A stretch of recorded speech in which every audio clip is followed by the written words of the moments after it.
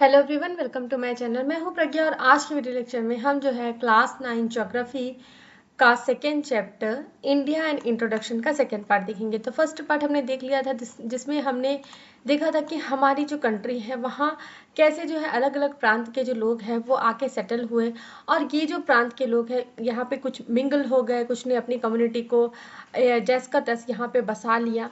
और हमने देखा था जो क्या क्या चीज़ें जो हैं, जो हिमालयन रेंजेस हैं और जो समुद्र का रास्ता है, ये हमारी कंट्री को कैसे दूसरे देशों से, दूसरे जो अटैकर्स है उससे उसे प्रोटेक्ट करके रखती है। ये सारी चीज़ें हमने देखी। कुछ इंपॉर्टेंट टर्म्स देखे, आइसलैंड क्या होता है, कॉन्टिनेंट क्या होता है, सब कॉन्टिनेंट क्या होता है, इंडियन सब कॉन्टिनेंट के बारे में हमने जाना।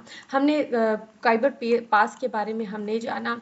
हमने जाना कि हमारा लोकेशन क्या है, एक्सटेंड क्या है, हमारी नेबरिंग कंट्रीज़ कौन सी है। हमने जो है हमारी कंट्री में जो स्टैंडर्ड टाइम होता है, स्टैंडर्ड टाइम मेरिडियन है, उसके बारे में जाना। और हमने हमारे कल्चरल लैंडस्केप के बारे में जाना कि कैसे जो है 22 शेड्यूल लैंग्वेज है, लेकिन हमारी कंट्री में 1600 लैंग्वेजेस जो है वो बोली जाती है। तो ये सारी चीज़ों के बारे में हमने जान लिया था। अब जो है हमको देखना है फिजिकल फीचर्स ऑफ इंडियन सब कॉन्टिनेंट। तो इंडियन सब कॉन्टिनेंट के जो फिजिकल फीचर्स हैं उनके बारे में हमको देखना है। तो क्विकली हम एक मैप देख लेते हैं। तो देखिए इस मैप में सारी चीज़ें बताई गई है। ये आपका है डेक्कन प्लेटियो, ठीक है। तो यहाँ पे पूरे रेंजेस भी बताया गया कि क्या कितनी कितनी हाइट है। तो अबाउट जो हाइट है इसे क्या कहा जाता है, स्केल कहा जाता है मैप का, जो हमने चैप्टर 1 में पढ़ा था। तो स्केल अबाउट 1200 मीटर्स, 1200 मीटर्स मतलब ये सारे जो डार्क कलर में आपको डार्क पिंक कलर में दिख रहे हैं, और जो ये वाला जो कलर है 600 से 1200, तो ये आपको इस एरिया जो प्लेटियो एरियाज है ये सब में दिख जाएंगे। तो इस तरीके के, और माउंटेन रेंज को रेड कलर में बताया गया है, ये रेड नहीं डार्क पिंक, ओके। तो यहाँ पे mountain range, Hindu Kush range, Kailash range, Shivalik range, Sulaiman range, ठीक है, ये हमारी कंट्री को प्रोटेक्ट करते आ रहे हैं। और इधर भी हमारे माउंटेन रेंज है, देखिए पानी भी है और माउंटेन रेंज भी, तो हमारी कंट्री कितनी जगह से प्रोटेक्टेड है। तो ये सारी चीज़ें जो है ये मैप में बताई गई है। अलग अलग जो नदियाँ हैं, गंगा नदी, यमुना नदी, चंबल नदी, ये सारी चीज़ें भी यहाँ पे बताई गई है। और कौन सी नदियाँ इधर से बह रही है, इंदस है, झेलम है, रवि है, सतलज है। तो मलाबार कोस्ट ये आपका हो गया, कोरोमंडल कोस्ट हो गया, बे ऑफ बंगाल हो गया, अरेबियन सी, बहुत सारी चीज़ें जो है। ट्रॉपिक ऑफ कैंसर हमने देखा था कि अप्रॉक्स मिडवे जो है हमारे कंट्री से पास होता है। तो ये सारी चीज़ें हमने देख ली है। तो अब जो है हम physical features of Indian subcontinent इसके बारे में डीप में जानेंगे। So we learn about natural division of India in the previous section. तो प्रीवियस सेक्शन में हमने क्या देखा कि हमारी कंट्री का नेचुरल डिविजन क्या क्या है, टॉपिक ऑफ कैंसर कैसे पास आउट हो रहा है, कैसे कैसे, ये सारी चीज़ें हमने देखी। So we have learn that, क्या हमने पढ़ा, इंडियन सब कॉन्टिनेंट क्या है, एक डिस्टिंक्ट लैंड मास है इंडियन एशियन कॉन्टिनेंट में। तो एशिया का एक ऐसा कंट्री है, ठीक है, ऐसा जगह आप मान लीजिए जिसका एक मतलब जिसके लैंड मासेस जो है वो अलग तरीके के हैं। इसलिए जो है इन टर्म्स ऑफ टोपोग्राफी और कल्चर इसे एक सब कॉन्टिनेंट का दर्जा दिया गया है। But there are surface features of the continent the same everywhere. तो क्या भाई हमारे कंट्री में सारी जगह एक ही फीचर्स नहीं है, कहीं पे पहाड़ है, कहीं पे प्लेटियो है, कहीं पे प्लेन एरिया है। यह हम चैप्टर 6, 7, 8 से ही पढ़ते आ रहे हैं। और इस चैप्टर में हम ये जो डाइवर्स जोग्राफिकल फीचर्स हैं, डाइवर्स मतलब जो ये भिन्न भिन्न जोग्राफिकल फीचर्स हैं, जैसे कि माउंटेन्स है, प्लेटियोस है, ये सारी चीज़ों के बारे में देखेंगे हमारे सब कॉन्टिनेंट का, और इसके स्पेशल कैरेक्टरिस्टिक्स के बारे में भी हम जानेंगे। तो हम यहाँ पे क्या पढ़ने जा रहे हैं कि ये जो फीचर्स है ये कैसे उत्पन्न हुए, कैसे आए, कैसे अस्तित्व में आए, मतलब माउंटेन्स कैसे बने, ये सारी चीज़ें हम देखेंगे। और human face challenge and how human change the face of land, और कैसे जो है ह्यूमंस ने जो लैंड उसके पास अवेलेबल था उसको कैसे चेंज किया, और अपने एनवायरनमेंट को कैसे चेंज किया अपनी एक्टिविटीज़ से। तो ये सारी चीज़ें भी हम क्लास 6 से ही देखते आ रहे हैं। टू अंडरस्टैंड, तो और इन सबको समझने के लिए ये एक्टिविटीज़ कैसे जो लैंड को चेंज कर रही है, हमको ये पता करना है कि पीपल कहाँ रहते हैं, कैसे रहते हैं, वो अपने नेचुरल रिसोर्सेज को कैसे यूज़ करते हैं अपने लाइवलीहुड के लिए, मतलब अपने जीवन यापन के लिए जो नेचुरल रिसोर्स उनके पास अवेलेबल है उसको कैसे यूज़ करते हैं। और जो डिफरेंट रीजन्स है, कौन से डिफरेंट रीजन्स है जहाँ वो सेटल होकर रहते हैं। जैसे कि for example sorry, for example, they adopted agriculture as their means of livelihood in the fertile river of Indus, Ganges, Ganges and Brahmaputra. तो जैसे कि हमको पता है, हम पढ़ते आ रहे हैं, जो रिवर वैली वाला जो एरिया होता है वो क्या होता है, बहुत ही फर्टाइल एरिया होता है। और हमको ये भी पता है कि हमारी कंट्री में जो फर्टाइल एरिया है, जो उत्तर प्रदेश वाला जो गंगा रिवर के जो वैली बनती है, तो वो सबसे ज़्यादा पॉपुलेटेड एरिया है। क्यों? क्योंकि फर्टाइल एरिया जहाँ पे है वहाँ पे लैंड जो फ्लैट होता है, फर्टाइल होता है, तो एग्रीकल्चर को सपोर्ट करता है। लैंड फ्लैट है तो वहाँ पे ट्रांसपोर्टेशन ईजी होगा, घर बनाना ईजी होगा, इसलिए जो है लोग फर्टाइल एरिया में, जो रिवर वैली वाला जो फर्टाइल एरिया है वहाँ पे बसना पसंद करते हैं। तो in Chota Nagpur plateau they gathered forest produced and developing mining industries in addition to farming. तो छोटा नागपुर प्लेटियो वाला जो एरिया है वहाँ पे वो क्या करते हैं, फॉरेस्ट के जो प्रोड्यूस है उसको वो अपने वो में रखते हैं और एक माइनिंग इंडस्ट्रीज वगैरह में काम करते हैं। और थार डेसर्ट वाला जो एरिया है और जो नॉर्दर्न हिली रीजन्स है वहाँ पे बहुत सारी कम्युनिटी ने कैसे क्या अडॉप्ट किया है, पास्टोरल लाइफस्टाइल। पास्टोरल लाइफस्टाइल मतलब अगर जहाँ पे मौसम एक जगह ठीक है तो वो कुछ दिन वहाँ पे रहते हैं, फिर वो दूसरे जगह पे जाके अपने बसेरा बना लेते हैं। तो पास्टोरल लाइफ मतलब जो बंजारों की जिंदगी, वो जिंदगी जीते हैं। और कोस्टल रीजन में मेन ऑक्यूपेशन लोगों का क्या होता है, फिशिंग मतलब मछली पकड़ना। So science and technology has contributed to changing the geographical and economic landscape of country। तो साइंस एंड टेक्नोलॉजी जो है, हम ये समझ सकते हैं कि इंडस्ट्रियल रेवोल्यूशन के आने के बाद जब लोगों के पास साइंस और टेक्नोलॉजी की बहुत ज़्यादा नॉलेज होने लग गई, तो ये जो जोग्राफिकल और इकोनॉमिक लैंडस्केप है इसको ये हमने बहुत हद तक चेंज कर दिया। तो पहले जैसे हम देखेंगे पहाड़ों पे जो रेलवे ट्रैक्स वगैरह नहीं बिछती थी, तो आज की डेट में ऐसा कुछ भी नहीं है। पहाड़ को पूरा काट के ही रेलवे ट्रैक्स बना दिए जा रहे हैं। आपने बहुत सारी चीज़ें ऐसे देखी होंगी, न्यूज़ वगैरह अगर आप देखते हैं तो आपको बहुत सारी ऐसी इन्फॉर्मेशन मिलती रहती होगी। सो द इन्वायरमेंट इम्पैक्ट ये सारे चेंजेस का क्या है, creating road blocks in human process.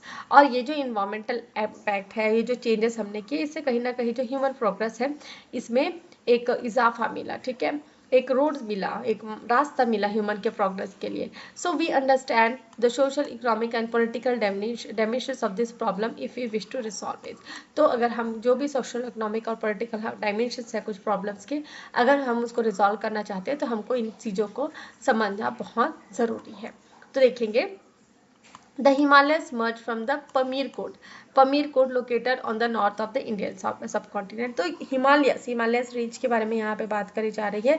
तो ये कहाँ से इमर्ज हुआ, कहाँ से उत्पन्न हुआ है, पमीर नॉट। और ये कहाँ पे है, northern part of Indian subcontinent में। Many other high mountain range extend from this knot. तो ये जो पमीर नॉट है इसके साथ साथ इसी नॉट से बहुत सारे जो हाई माउंटेन रेंजेस है वो यहीं से इमर्ज हुए हैं, इंक्लूडिंग इसमें कौन से आते हैं, हिंदू कुश आ गया आपका, काराकोरम आ गया, कुनलुन आ गया आपका, ताइंशान आ गया। ये सारे रेंजेस जो है पमीर नॉट से उत्पन्न हुए, इमर्ज हुए हैं। वैसे ही the Vindhyachal Satpura range are situated on the northern boundary of the peninsular plateau, well the Aravalli range east to the north west. तो यहाँ पे विंध्याचल और सतपुरा रेंज कहाँ पे है, आपके नॉर्दर्न बाउंड्री में है, पेनिनसुलर प्लेटियो में, नॉर्दर्न बाउंड्री में, पेनिनसुलर प्लेटियो में। अरावली रेंज कहाँ पे है आपका, नॉर्थ वेस्ट में। और टू द वेस्ट और वेस्ट साइड में आपका क्या है, सह्याद्री माउंटेन्स है। और east lie the low hills of eastern ghat as well as the eastern coastal plains. तो मैप में क्विकली हम ये चीज़ों को देख लेते हैं, ठीक है। तो आपका देखिए ये सुलेमान रेंज, ये आपका काराकोरम रेंज है, ये आपका शिवालिक रेंज है, ये पूरा आपका हिमालय है, ये हिंदू कुश है, ये पमीर नॉट है, ये पमीर नॉट है। और साथ ही साथ ये विंध्या रेंज है, ये सतपुरा रेंज है, ये आपका वेस्टर्न घाट है, ये आपका ईस्टर्न घाट है, ये आपका छोटा नागपुर प्लेटियो है, ठीक है, ये आपका छोटा नागपुर प्लेटियो है, ये आपका अरावली रेंज है, ये गिर रेंज है। तो इस तरीके से हमारा जो इंडियन सब कॉन्टिनेंट है ना, मतलब अलग अलग आपको चीज़ें यहाँ पे देखने के लिए मिलेगी। So do all this features look the same, where they all created at the same time. तो ये जो फीचर्स हैं, हम माउंटेन्स की अगर बात करते हैं तो सारे माउंटेन्स क्या एक जैसे दिखते हैं, सारे जगह जो एक जैसे दिखते हैं, नहीं। और क्या ये सब एक ही टाइम पे क्रिएट हुए हैं, ऐसा भी पॉसिबिलिटी नहीं है। तो India's topography can be divided into following 5 regions basing on the based on the difference in the structure types and types of rocks and physical features. तो हम जो इंडिया का जो टोपोग्राफी है, इंडिया का जो ये टोपोग्राफी है, इसको 5 पार्ट्स में डिवाइड करते हैं, 5 रीजन्स में डिवाइड करते हैं स्ट्रक्चर टाइप्स ऑफ रॉक्स और फिजिकल फीचर्स के बेसिस में। तो पहला क्या है आपका, the north and the north eastern mountain range. तो नॉर्थ और नॉर्थ ईस्ट माउंटेन रेंज हो गया। सेकेंड हो गया आपका extensive plain of the north, तो प्लेन एरिया है नॉर्थ का, जहाँ पे गंगा नदी, यमुना नदी ये सब बहती है। उसके बाद आपका हो गया पेनिनसुलर प्लेट्यू। उसके बाद फोर्थ हो गया आपका coastal plain and island group, और फिफ्थ हो गया आपका डेजर्ट। तो ये पांचों पॉइंट्स को क्या है हमको डिटेल में देखना है, डिटेल में देखना है। तो सबसे पहले हम क्या देखेंगे, 2.1.1 the north and the north eastern mountain range. The north और नॉर्थ ईस्टर्न माउंटेन रेंज के बारे में हमको देखना है। तो सबसे पहले हम जानेंगे तो हिमालयस, ये जो है पीक है हिमालयस का, चोटी, ठीक है, पीक मतलब ऊपरी वाला जो पार्ट है हिमालय का, उसके बारे में। तो सबसे पहले हमको जानना है कि हिमालय का बर्थ कैसे हुआ। तो 2 kind of natural forces play a primary role in forming the face of the earth and its features. तो हमने ये चीज़ें जो है हम पहले भी 8th क्लास में, 7th क्लास में, 6th क्लास में थोड़ा थोड़ा पढ़ते आए हैं।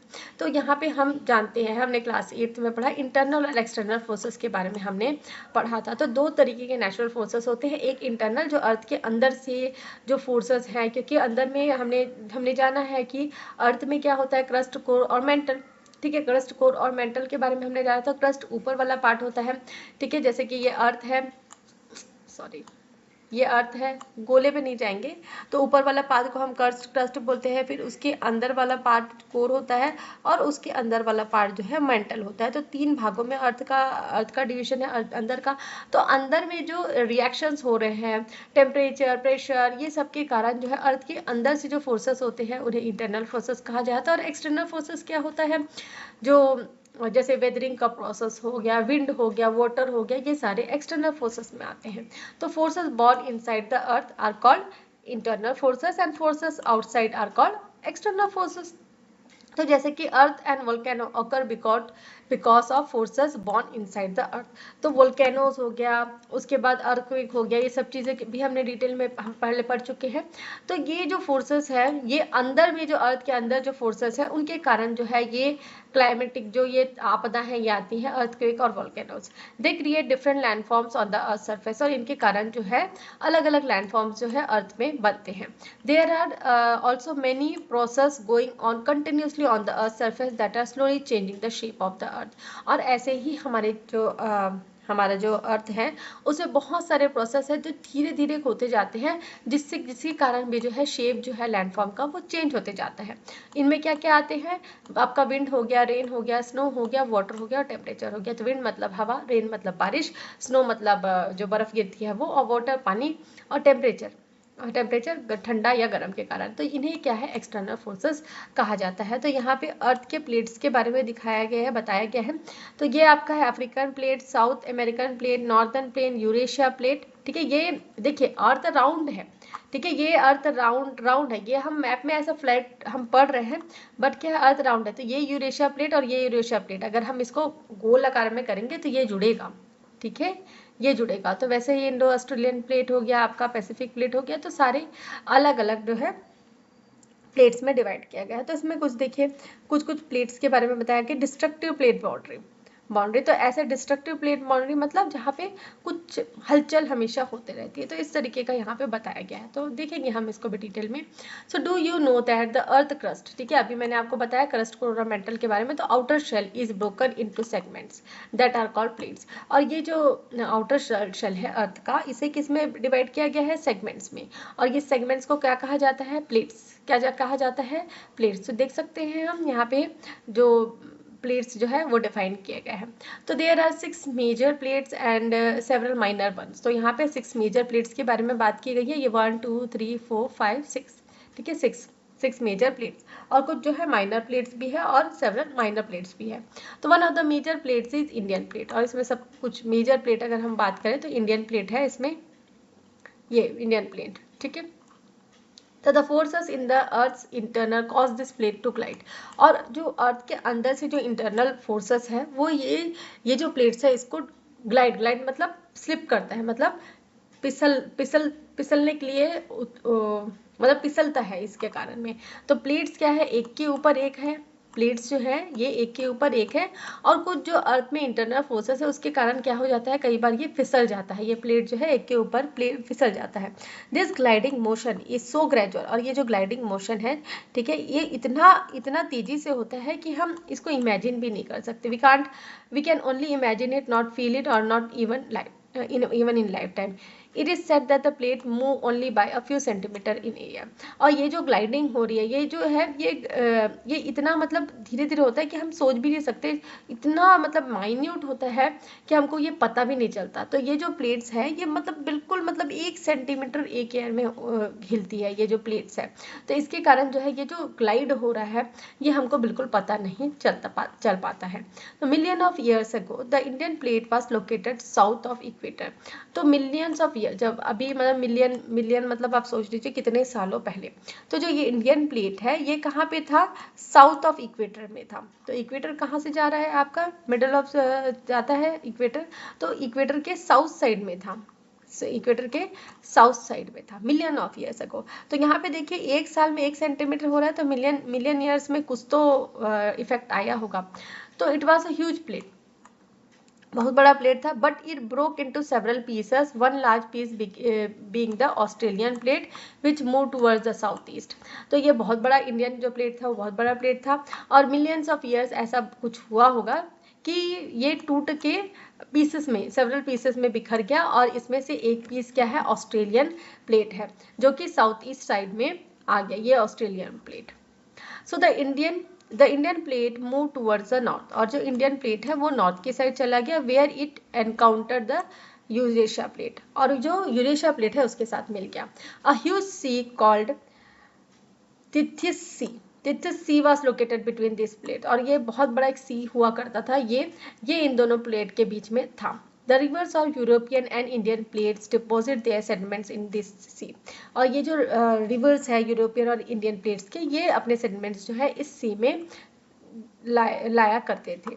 The accumulated sediments slowly began to rise due to high pressure from below, और ये जो सेडिमेंट्स हैं, ये जो सेडिमेंट्स नदी के द्वारा आते थे यूरोपियन और इंडियन प्लेट्स में, जो भी नदियां हैं उनके द्वारा जो भी सेडिमेंट्स हैं वो यहाँ पे इकट्ठा होते थे, ये क्या है धीरे धीरे बढ़ते गए, और हाई प्रेशर के कारण, हाई प्रेशर नीचे से प्रेशर आने के कारण, this is how Indian mountains way found, और इसके द्वारा ही जो इंडियन माउंटेन्स है उनका फॉर्मेशन हुआ अराउंड 5.5 करोड़ ईयर्स अगो, और कितने साल पहले, 5.5 ईयर्स अगो। ठीक है, तो आप सोच भी नहीं सकते कि कितने साल पहले जो है हिमालयन माउंटेन्स की उत्पत्ति हुई। The Himalayas are set to be world's newest mountain range, और देखिए मतलब अचंभे की बात देखिए, ये 5.5 करोड़ ईयर्स पहले फॉर्म हुआ है, तो भी हम क्या बोल रहे हैं, हिमालयस को न्यूएस्ट माउंटेन रेंज बोल रहे हैं, मतलब बाकी जो और माउंटेन रेंजेस है वो इनसे और क्या है, पुराने हैं। The Aravallis are Asian range, तो जो अरावलीज है ये क्या है, जो अरावलीज यहाँ पे बताया गया था, ऊपर मैप पे देखते हैं, ठीक, ये जो अरावली रेंज है ये इससे भी पुरानी रेंज है। So the peak of the Himalayas were once overlapped by the waves of Tethys Sea. तो ये जो पीक्स हैं हिमालय के, जो चोटियां हैं, वे कभी अस्तित्व में भी नहीं थी। ठीक है, ये ओवरलैप किससे हुई, वेव्स जो है तिथिस सी से। The evidence is in the fossil of, तो इसका एविडेंस हमको कहाँ से मिलता है, जो फॉसिल्स मिले हैं, जो मैरिन एनिमल्स के फॉसिल्स मिले हैं हिमालयस में, आज भी मिलते हैं। ठीक है, तो मराइन एनिमल्स कहाँ से आए, क्योंकि पहले जो हिमालयस वाला जो पार्ट था वो समुद्र का हिस्सा हुआ करता था। ठीक है, तो आज भी क्या है, जो वहाँ मरीन एनिमल्स के फॉसिल्स मिलते हैं। फॉसिल्स क्या होता है, जो भी जानवर जो जमीन के अंदर दब जाते हैं और अर्थ के हाई प्रेशर और टेम्परेचर के कारण वो सड़ते गलते नहीं है, वो वहीं इंटैक्ट रहते हैं, तो उन्हें क्या कहा जाता है, फॉसिल्स कहा जाता है। Meanwhile Indian plate continues to glide, और आज भी जो है इंडियन प्लेट धीरे धीरे क्या है, खसकता जा रहा है। The Himalayas consist of several mountain ranges, तो हिमालयस जो है वहाँ पे कई सारे माउंटेन रेंजेस है। द मेजर वंस आर, क्या क्या मेजर वंस है, trans Himalayas, greater Himalayas, lesser Himalayas, Shivalik hills, the Zanskar, Ladakh and Karakoram range are part of the trans Himalayas. तो कौन से इंपॉर्टेंट हमारे माउंटेन रेंज है हिमालयस में? Trans Himalayas, greater Himalayas, lesser Himalayas और शिवालिक। और जो ज़ांसार, लद्दाख और काराकोरम रेंज है ये किसके पार्ट है? ट्रांस हिमालयस के पार्ट है। Spreading from west to east, तो वेस्ट से पूरा ईस्ट तक ये जाते हैं। द ग्रेट हिमालयस और द हिमाद्री रीच, ठीक है, great Himalayas reaches its greater height inside Nepal, तो इनकी हाइट जो है नेपाल की तरफ जाते जाते बढ़ जाती है। With 9 of the world's 14 highest peak situated here, तो वर्ल्ड के 14 हाईएस्ट पीक जो है यहाँ पे ये हिमाद्री में लोकेटेड है। तो यहाँ पे एक पिक्चर दी गई है, वैली है that is surrounded on all side by mountain and is called inter mountain valley और इंटर माउंटेन बेसिन। तो ये एक वैली है, ठीक है, ये एक बीच का खाली एरिया है जो कि पूरा माउंटेन से सराउंडेड है। तो अ 3 dimensional view of Kashmir valley, तो ये कश्मीर की वैली है एक। So these peaks which include Dhaulagiri, Choyo, Mount Everest, Makalu and Kanchenjunga rise to an altitude exceeding 7,900 meters. Among them, Mount Everest rise to height of 8,848 metre. तो देखिए कितनी ऊंचे ऊंचे यहाँ पे पहाड़ियाँ हैं। तो यहाँ पे ये जो है ये सारे जो माउंटेन्स है ये कितनी हाइट तक जाते हैं? 7,900 मीटर। और इनमें से जो माउंट एवरेस्ट है उसकी हाइट क्या है? 8,848 मीटर तक तो मीटर है। ओके, सो लेसर और मिडिल हिमालय, सो लेसर और मिडिल हिमालय जिसे हम हिमाचल माउंटेन्स कहते हैं, form the middle section of the Himalayan range. तो ये जो है ये मिडिल सेक्शन फॉर्म करता है हिमालयन रेंज का, ये जो मिडिल सेक्शन, ठीक है, तो ये मिडिल सेक्शन फॉर्म करता है हिमालयन रेंज का, extending from northern Pakistan, northern India, Nepal, Sikkim, Bhutan, Arunachal Pradesh. तो ये एरिया को पूरा कवर करता है हमारा लेसर या फिर middle Himalayas. The average height of this mountains, और इन माउंटेन्स के एवरेज हाइट क्या है? 3,700 से लेकर 4,500 metre. The Shivalik hills form the lowest range, तो शिवालिक हिल्स जो है वो क्या है? निचला एरिया है हिमालयस का। The southern section sloping steeply towards the plain, तो ये सदर्न सेक्शन है जो स्टीप करता है प्लेन की तरफ से। The Doon valley, a flat valley और basin lies in the north of this hill. तो Dehradun is a prominent city, एक इंपॉर्टेंट सिटी है इस वैली का। The beautiful Kashmir valley is located between Himadri and Pir Panjal range, और जो कश्मीर की वैली हम बोलते हैं वो कहाँ पे लोकेटेड है? हिमाद्री और पीरपंजल रेंजेस के बीच में। It is an inter mountain valley, ठीक है, यहाँ पे जो बताया जा रहा है it is an inter mountain valley, मतलब माउंटेन्स के बीच में एक वैली है। द सर्पेंटाइन झेलम रिवर, और एक सर्पेंटाइन मतलब सांप की तरह बहता हुआ जो झेलम रिवर है, flows from the vast fresh lake Wular lake in the Kashmir valley. तो ये फ्लो करते हुए कहाँ पे? Fresh water lake Wular lake जो कश्मीर वैली में है। We know that North and Northeastern mountain range make a unique contribution to Indian environment and lives of the people। तो जैसे कि हमको पता है जो नॉर्थ और नॉर्थ ईस्टर्न माउंटेन रेंज है हमारे इंडिया के जो क्लाइमेट है, एनवायरनमेंट है और लोगों की ज़िंदगी है, इनमें बहुत हद तक कंट्रीब्यूट करती हैं। तो रिवर्स जो है पूरे नॉर्दर्न इंडिया में ओरिजिनेट होती है, ये इन्हीं पहाड़ों से निकल कर आती है, और जो इंदस गंगा ब्रह्मपुत्र प्लेन है यही बनाती है। और इनके साथ जो पेरिनेरल रिवर्स है, ठीक है, पेरिनेरल रिवर्स जो हमेशा नहीं बहती, कुछ समय पे ज़्यादा बहती है, तो ये लाइफ लाइन है यहाँ के डेंसली पॉपुलेटेड एरियाज के लिए। So it is the Indus Ganga plain जहाँ पे एंशिएंट सिविलाइजेशन डेवलप हुई, और बहुत सारी जो मेजर रिवर्स है वो हिमालय से ही ओरिजिनेट होती है। The largest among them are, तो इसमें से इम्पोर्टेंट और बड़ी बड़ी जो नदियाँ हैं वो कौन है? गंगा, ब्रह्मपुत्र और इंदस रिवर। तो Teesta and Manas are tributaries of Brahmaputra. तो तिस्ता और मानस जो है वो ट्रिब्यूटरी है ब्रह्मपुत्र रिवर के। ट्रिब्यूटरी मतलब क्या होता है? ये ब्रह्मपुत्र में जाके मिल जाती है। तो Jhelum, Chenab, Ravi, Beas, Sutlej rivers are in the Indus river system, ये इंदस रिवर सिस्टम की है। और while the Yamuna, Kali, Karnali, Rapti, Gandak, Gomti, Kosi rivers belong to the Ganges river system. तो मतलब ये सारी जो रिवर्स के नाम जो पहले बताए जा रहे हैं वो इनकी क्या है? ट्रिब्यूटरीज है। तो नेक्स्ट हमको आपको ग्लेशियर्स देखना है, रिवर ऑफ आइस, इनके बारे में देखेंगे, लेकिन हम ये नेक्स्ट चैप्टर में देखेंगे। ये बहुत बड़ा चैप्टर है तो हम इसे पार्ट बाय पार्ट जो है कवर अप करते आएंगे। तो एक बार और जो है ये जो मैप है इसको हम एक बार और देख लेते हैं, तो देखेंगे। ठीक है, ये आपका पूरा हिमालयन रेंज के बारे में, यहाँ से लेके पूरा यहाँ तक। ठीक है, एक और मैप था, उसको भी एक बार और देख लेते हैं, ये वाला मैप। ठीक है, तो ये वाला मैप देखिए, ये आपका शिवालिक रेंज हो गया, ये आपका पमीर कोट हो गया, ये आपका सुलेमान रेंज हो गया।